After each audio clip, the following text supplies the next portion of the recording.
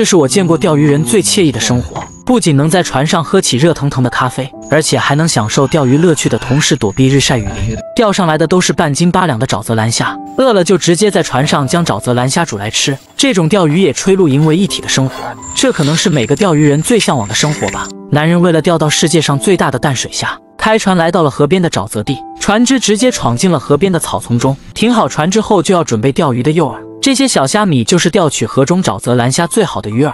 准备好短小精干的钓钩，串上诱饵就可以直接开钓，而且一下就准备了4根钓钩。库里拉是10里8村出了名的钓鱼发烧友，每次出去钓鱼都能满载而归。这种用来钓沼泽蓝虾的钓竿也是他亲自设计出来的。摆好4根钓钩后，就要等待河中的沼泽蓝虾自动上钩。等待鱼货上钩之时，还能喝上一杯浓黑的咖啡来提提神。鱼竿微微的波动，预示着下方有鱼咬钩。等待时机成熟后，库里拉便直接将鱼竿提起，同时将鱼竿上的鱼绳收回。抽上来时，发现是一只还未成年的小虾米。这种小虾米根本不能入库里拉的法眼，直接把它返回到河中，钩上鱼又继续等待鱼儿自动上钩。在同一个鱼竿上，竟然再次有鱼咬钩。库里拉不慌不忙地将鱼竿收回，鱼竿立马被拉成弧形，右手提着鱼竿，左手快速地收回鱼绳，拖上来发现是一条鲶鱼，怪不得力气那么大。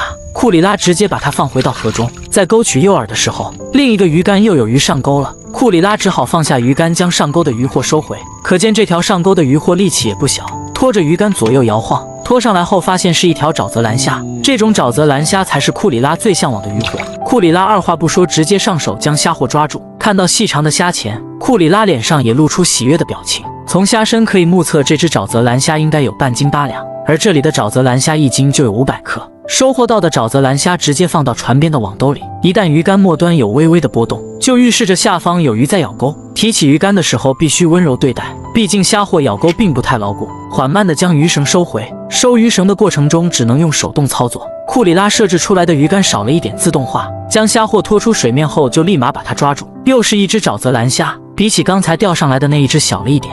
从库里拉的表情就能看出，他对沼泽蓝虾的身体已经馋出了翔。在船只的另一侧，鱼竿又有鱼上钩了，对鱼竿拖拽的力度也是非常的大。库里拉缓慢地进行抽竿，防止上钩的虾货跑了。不甘愿被拖上水面的沼泽蓝虾，只能试图的再次沉入水底，奈何力量悬殊，只能乖乖的被拖出水面，被库里拉一手抓住虾身。此时想逃脱已经有心无力，上货的速度接连不断，手上抓着虾货时，右手还要提起鱼竿。库里拉不得不放下手中的虾货，将鱼绳收回。收上来又是一只沼泽蓝虾，这种沼泽蓝虾又称为淡水长臂大虾或者罗氏虾。一下子收获2只超大的沼泽蓝虾，也让库里拉不得不进行摆拍炫耀，把它放入网兜内继续开钓。前方放了4根鱼竿，而后方又放了1根，5根鱼竿为库里拉提高了上货的速度。收鱼绳的过程中也要来回进行抽竿，只有这样才会不断的激起虾货进行抢钩。来回的抽竿是钓鱼人钓鱼的最大乐趣。经过人与虾之间不断的来回拉扯，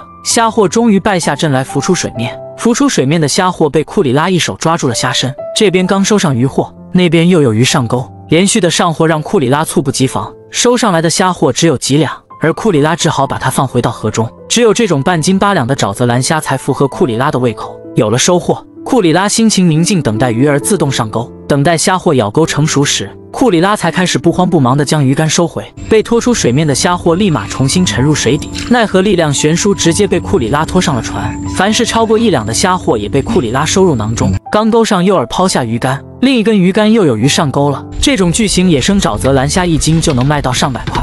在市场买到的沼泽蓝虾基本上都是人工饲养，那些也要50-60块1斤。库里拉为了捕捉这种昂贵的野生沼泽蓝虾也下了不少功夫，钓上来的虾货个头也是非常大。在越南湄公河流域里的沼泽蓝虾也是非常的多，而且个头也是非常的大。库里拉为了实现财富自由和满足自己钓鱼的乐趣，专门为钓取虾货准备好特制船只和大量的自制鱼竿。天然的沼泽蓝虾养殖场为库里拉提供了源源不断的虾货。钓到足够多虾货后，库里拉停止下钓，在船上准备今天的中午饭。几十只虾货就占了1大半网兜，1包方便面，2根蔬菜，还有1只沼泽蓝虾，就是库里拉今天中午的伙食。还准备好各种配菜和调料。天空开始乌云密布，库里拉放下窗帘，防止雨水打湿船舱，往锅里倒上点油就可以开煮。钓完鱼还能在船上做起美味的野炊，确实让人羡慕。很快虾货也被煮成了橙红色。煮好虾货后，就可以将方便面放入锅里，接着就可以将各种配菜倒入锅，进行一轮翻炒后，就可以直接开吃。这可能是大多数人最羡慕的钓鱼人。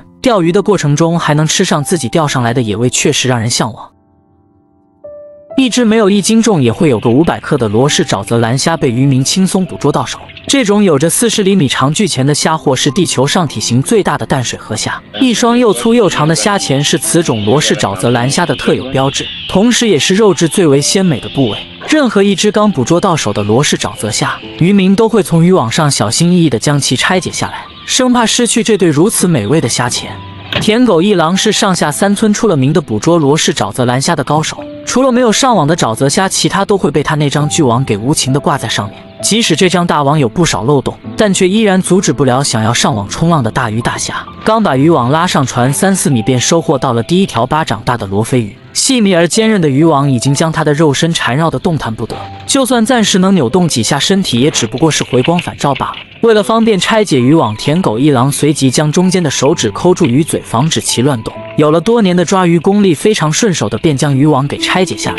随着渔网在不断的拉扯上船，一只只有上半身的罗氏沼泽虾也被拉了起来，而下半身却永远的留在了水里。刚收获到一只半身虾不到10秒，便又马上收获上来一条3斤重的鲮鱼，而且连同一只半斤8两的罗氏沼泽虾也被带了上船，准备进入船舱。但由于虾钳已经被渔网给牢牢的牵制住，田狗一郎唯有先帮其拆解掉。而在解决渔网缠绕的过程中，此时大鲮鱼却开始不安分起来，总想着要回归大自然的怀抱，随即抬起一只酸菜脚踩住鱼头，那种酸爽的味道便马上让其不敢继续躁动。要是将其做成一盘酸菜鱼，都不需要往里面加上酸菜了。而拥有一双细长大钳的罗氏沼泽蓝虾也得以解脱出来，顺利进入了船舱。然而再也忍受不了酸菜味的鲮鱼开始进行激烈的反抗，不过在受到棍棒教育之后，这才开始变得老实起来。但在拆解渔网的过程中，由于结实的渔网已经完全包裹住了鱼身，这让田狗一郎折腾了好长一段时间，到最后直接生搬硬扯，才得以将其身上的渔网给完全扯下来。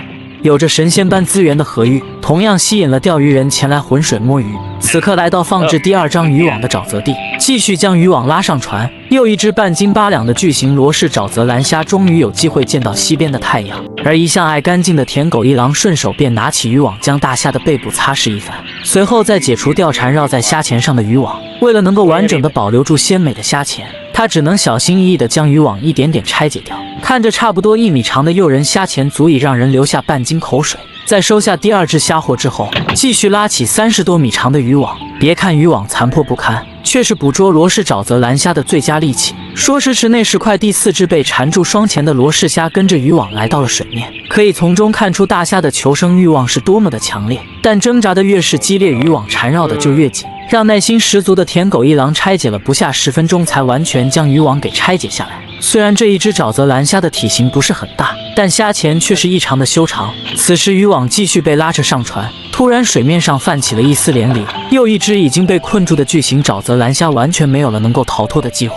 从画面中可以看出，这体型足有1斤重，只有生活在拥有优良水质的水域才能养育出肉质鲜美的巨虾，让它再活个500年都可以直接成仙了。河里的资源丰富程度决定了渔网的上货几率。毫无疑问，这里的罗氏沼泽蓝虾大大的超出了上网预期，每拉上来2米就有一只挂在上面等待被收割，并且每一只沼泽蓝虾的体型最少也有半斤8两，可以断定渔网绝对放置在了罗氏沼泽蓝虾的地盘里。而且原本生活在水下的3大姑8大姨为了免费上网，最后被迫进入了船舱。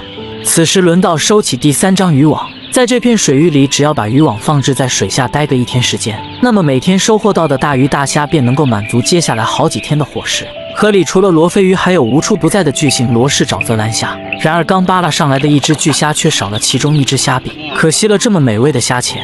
剩下的那一只虾钳，唯有小心翼翼地将其从渔网上拆除，生怕把这一只也给弄断了。接二连三的不断上火，让本就富裕的田狗一郎变得更加富裕。丰富的巨虾资源只需1张渔网便能让其一本万利，而且只有在这里才能捕捉到如此上好的货色。然而但凡捕捉上来的沼泽虾身上有些许碍眼的地方，都会被它直接给擦掉。随后再拆解虾钳上的渔网，真不敢相信比虾身还要长一大截的虾钳居然还能够活动自如，真是让人大开眼界。其实这种罗氏沼泽虾常年生活在淤泥底下，虾壳早已覆盖了一层厚厚的水藻，所以每一次见到这种脏的一批的罗氏虾，舔狗一郎都会将其从头到脚使劲的擦拭一番。看着如此脏的外表，证明此虾已经活到头了。到最后，一共收获到了1条3斤重的鲮鱼，2条巴掌大的罗非鱼，还有10多只巨型罗氏沼泽蓝虾。那么大家有吃过这种罗氏大虾吗？它的味道怎么样？